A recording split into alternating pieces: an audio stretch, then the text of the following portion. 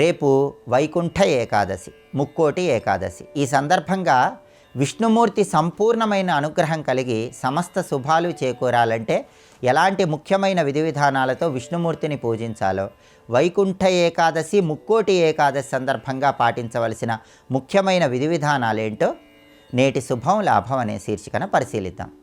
సంవత్సరంలో వచ్చే అన్ని ఏకాదశుల్లో వైకుంఠ ఏకాదశి లేదా ముక్కోటి ఏకాదశికి ప్రత్యేకమైన ప్రాధాన్యత ఉంది. దానికి కారణం ఏంటంటే, దేవతలు వైకుంఠంలో ఉత్తర ద్వారం గుండా వెళ్ళి శ్రీ మహావిష్ణువును దర్శనం చేసుకుంటారు.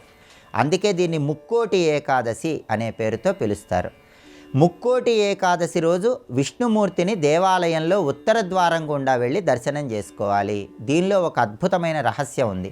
మానవ శరీరంలో ముఖం తూర్పు దిక్కుని తెలియజేస్తుంది, సహస్రారం ఉత్తర దిక్కుని తెలియజేస్తుంది. విష్ణు సంబంధమైన ఆలయంలో ముక్కోటి ఏకాదశి రోజు ఉత్తర ద్వార దర్శనం చేసుకుంటున్నామంటే సహస్రారంలో శ్రీ మహావిష్ణువుని దర్శనం చేసుకోవటం, ఆత్మ సాక్షాత్కారం పొందటం అని దీనిలో ఉన్న అంతరార్థం. అలాగే ఆర్థిక ఆరోగ్య కుటుంబ సమస్యలన్నీ తొలగింపజేసుకోవటానికి దేవాలయంలో ఉత్తర ద్వార దర్శనం చేసుకోవడంతో పాటుగా విష్ణుమూర్తిని ప్రత్యేకంగా పూజించాలి. కొన్ని ముఖ్యమైన నియమాలు పాటించాలి. ముక్కోటి ఏకాదశి రోజు తప్పనిసరిగా పాటించాల్సిన నియమాలు ఏంటంటే, ఎవరూ కూడా అసత్యమాడరాదు. అది మొట్టమొదటి నియమం. రెండవ నియమం, కోపం తెచ్చుకోరాదు. మూడవ నియమం, విష్ణుమూర్తిని శాల పుష్పాలతో పూజించాలి. శాల పుష్పాలంటే మీ ఇంటి ఆవరణలో పెరిగిన మొక్కల పుష్పాలను శాల పుష్పాలు అంటారు. ఆ శాల పుష్పాలతో ముక్కోటి ఏకాదశి రోజు విష్ణువుని పూజిస్తే విష్ణువు వెంటనే అనుగ్రహిస్తాడు.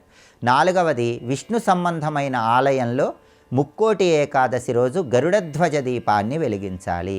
గరుడధ్వజ దీపం అంటే ఏంటంటే, విష్ణుమూర్తి ఆలయంలో ధ్వజస్తంభాన్ని గరుడధ్వజము అనే పేరుతో పిలుస్తారు. కాబట్టి రాముడు, కృష్ణుడు, నరసింహస్వామి, వెంకటేశ్వర స్వామి ఇలా ఏ విష్ణు సంబంధమైన ఆలయంలో అయినా సరే ఉత్తర ద్వార దర్శనం చేసుకోవడంతో పాటుగా ధ్వజస్తంభం దగ్గర ఆవు నెయ్యి దీపాన్ని వెలిగించండి.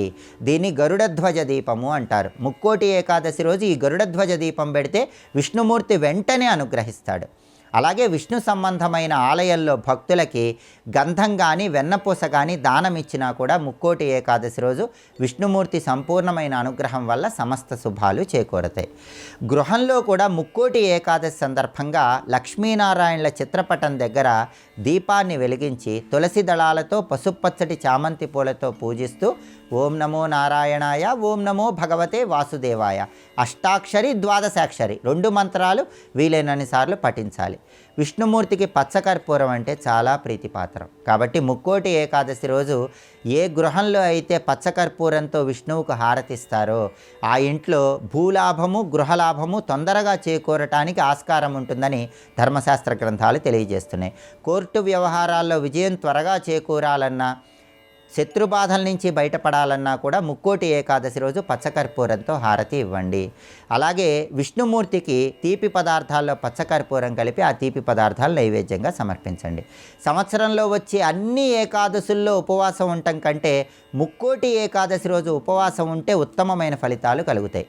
3 కోట్ల ఏకాదశులు ఉపవాసం ఉన్న ఫలితం రావాలంటే ముక్కోటి ఏకాదశి రోజు పగలంతా ఉపవాసం ఉండటం, రాత్రికి జాగరణ చేస్తూ విష్ణు నామస్మరణ చేస్తూ మర్నాడు ద్వాదశి రోజు ఎవరికైనా భోజనం పెట్టి ఆ తర్వాత ఆహారాన్ని స్వీకరించాలి. ఇలా ఉపవాసం ఉండలేని వాళ్ళు పగలు ఉపవాసం ఉండి రాత్రికి గోధుమ రవ్వతో తయారు చేయబడిన పదార్థాలు ఆహారంగా స్వీకరించవచ్చు. దీన్ని హరినక్తం అంటారు. ఈ హరినక్తం ఉండండి.